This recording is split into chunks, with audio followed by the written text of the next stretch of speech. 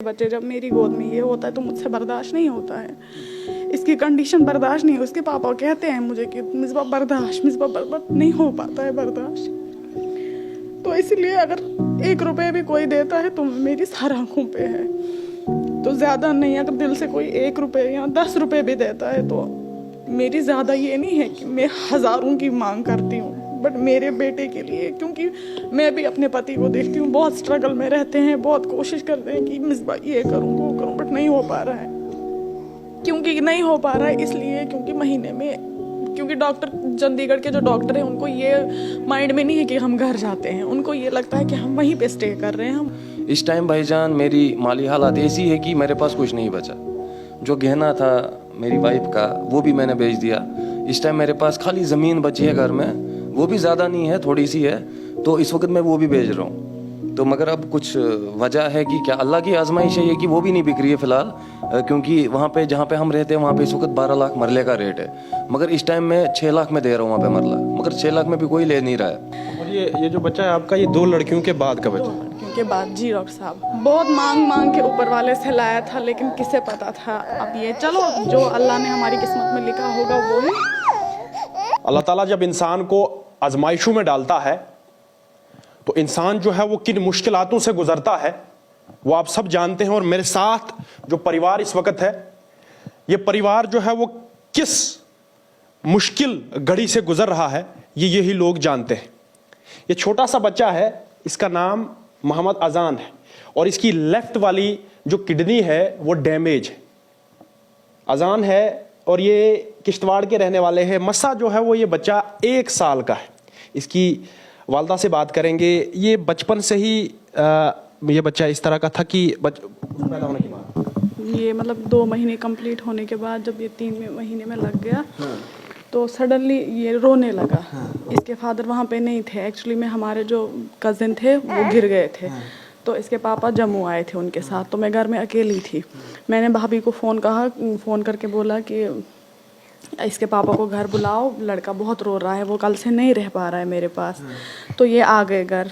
तो बारिश ये हो रही, बर्फ़ हो रही थी। मैंने अपनी मम्मी को बोला कि मम्मी आप मेरे साथ आ जाओ। मैंने 2 बच्चियों को घर पे रखा, मेरी 2 बेटियां भी है। तो हम डॉक्टर मुजम्मिल है किश्तवाड़ के, उनके पास चले गए। तो उनका डायग्नोस ये था कि इसको नमूनिया है, बट ऐसा कुछ नहीं था, नमूनिया का कोई मसला ही नहीं था। उसके बाद प्रोसेस चलता गया, इसको डिस्ट्रिक्ट हॉस्पिटल किश्तवाड़ में एडमिट किया। इसकी वोमिटिंग 2 बार ब्लैक कलर की हुई। उसके बाद उन्होंने कहा कि इसको स्टमक वॉश करना पड़ेगा, बट ऐसा कुछ नहीं था।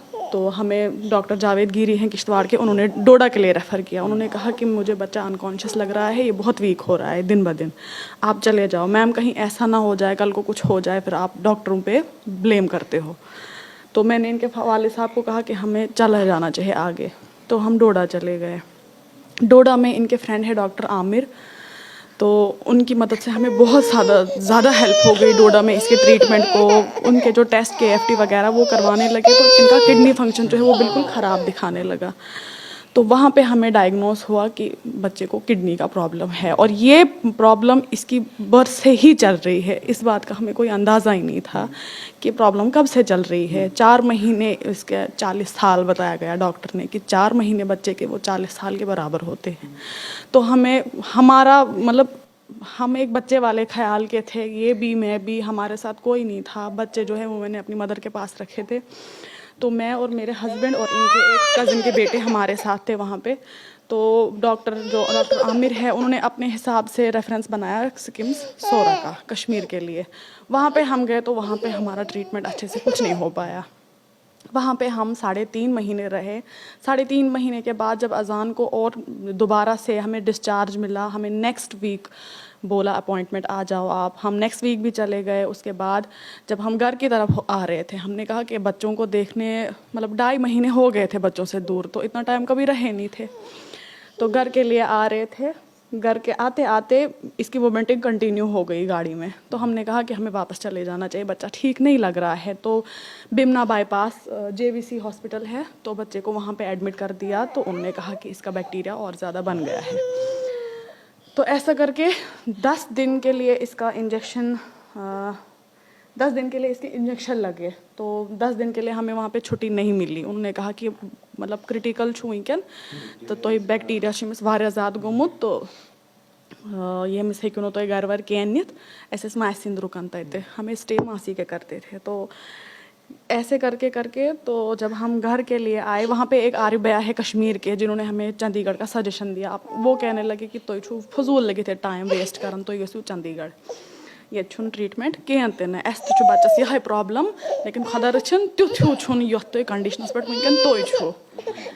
हम चले गए, तो हम वहाँ पे चले गए तो हमने ये कहने लगे कि ना हमें अब टाइम वेस्ट नहीं करना चाहिए, तो हमें चंडीगढ़ चले जाना चाहिए। चंडीगढ़ जब हम पहुँचे तो वहाँ पे इसके टेस्ट वगैरह ये हो गए, अल्ट्रासाउंड हो गए, टेस्ट हो गए, जितना भी जो भी फॉर्मेलिटी थी हो गई। 1.5 महीने बाद हम एक बारी चंडीगढ़ से वापस आए इसका ट्रीटमेंट करवा के। 12-13 दिन हम वहाँ पे एडमिटेड रहे, तो हमें बोला गया कि आपकी जो बेटे की जो लेफ़्ट किडनी है वो टोटल रेज हो गई है, और जो राइट वाली है वो ग्रेड 4 पे है। तो मतलब वहीं अभी तो डॉक्टर यही कह रहे हैं कि सारा अल्लाह तक है। और ये जो बच्चा है आपका, ये 2 लड़कियों के बाद का 2 बच्चा? लड़कियों के बाद जी डॉक्टर साहब, बहुत मांग के ऊपर वाले से लाया था, लेकिन किसे पता था। अब ये चलो जो अल्लाह ने हमारी किस्मत में लिखा होगा वो ही। आप मुझे बताओ कि माली हालत किस तरह की है, क्योंकि जिस तरह से आप कई टाइम से जो है वो स्ट्रगल कर रहे हो, इस बच्चे की खातिर जो है वो दर दर की ठोकरें खा रहे हो, तो माली हालत जो है वो इस वक्त किस तरह की है? तो उसी भाई ये आपको भी पता है कि ये अल्लाह की आजमाइश होती है। अब लगभग 9.5-10 महीने हो गए हमें बच्चे का ट्रीटमेंट करवा रहे हैं। तो ये आपको भी पता है और मुझे भी पता है और सबको पता है कि इंसान चाहे कितना भी बड़ी पोस्ट पे क्यों ना हो, उसके घर में अगर ऐसी बीमारी 10 महीने से चल रही होगी तो आपको पता है उसके हालात कैसे होंगे। इस टाइम भाईजान मेरी माली हालात ऐसी है कि मेरे पास कुछ नहीं बचा। जो गहना था मेरी वाइफ का वो भी मैंने बेच दिया। इस टाइम मेरे पास खाली ज़मीन बची है घर में, वो भी ज़्यादा नहीं है, थोड़ी सी है, तो इस वक्त मैं वो भी बेच रहा हूँ। तो मगर अब कुछ वजह है कि क्या अल्लाह की आजमाइश है ये कि वो भी नहीं बिक रही है फ़िलहाल, क्योंकि वहाँ पे जहाँ पे हम रहते हैं वहाँ पे इस वक्त 12 लाख मरले का रेट है, मगर इस टाइम मैं 6 लाख में दे रहा हूँ वहाँ पे मरला, मगर 6 लाख में भी कोई ले नहीं रहा है। चलो ये अल्लाह की तरफ से है। अब मैं इसीलिए मिला कि मैं इस वक्त बहुत ज़्यादा मजबूर हूँ। इस वक्त मुझे ज़्यादा नहीं, अगर खाली मुझे चेकअप करवाना होगा इसका, मेरा 30-35-40 हज़ार लग जाता है महीने का इस पर। तो बस मैं इसीलिए आपके पास आया कि मेरी माली हालात बहुत बुरे हालात हैं मेरे इस टाइम पे, सीधी सी जो बात है। ऊपर से मैं बेकार हूँ, कोई काम भी नहीं था। कभी कभार 1-2 गाड़ी ले आता था, कभी भेजने के लिए, कभी कुछ, तो वो काम भी नहीं। 9-10 महीने से घर से बाहर हैं हम। आप खुद ही सोच सकते हो तोसी भाई कि हम पे क्या हालात चल रहे हैं इस टाइम पे। मुझे भरोसा है हमारा जो कश्मीर का इलाका है, कश्मीर का इलाका इस चीज़ में जो है वो सबके सामने जो है वो आता है, सबके जो है वो पहले आता है।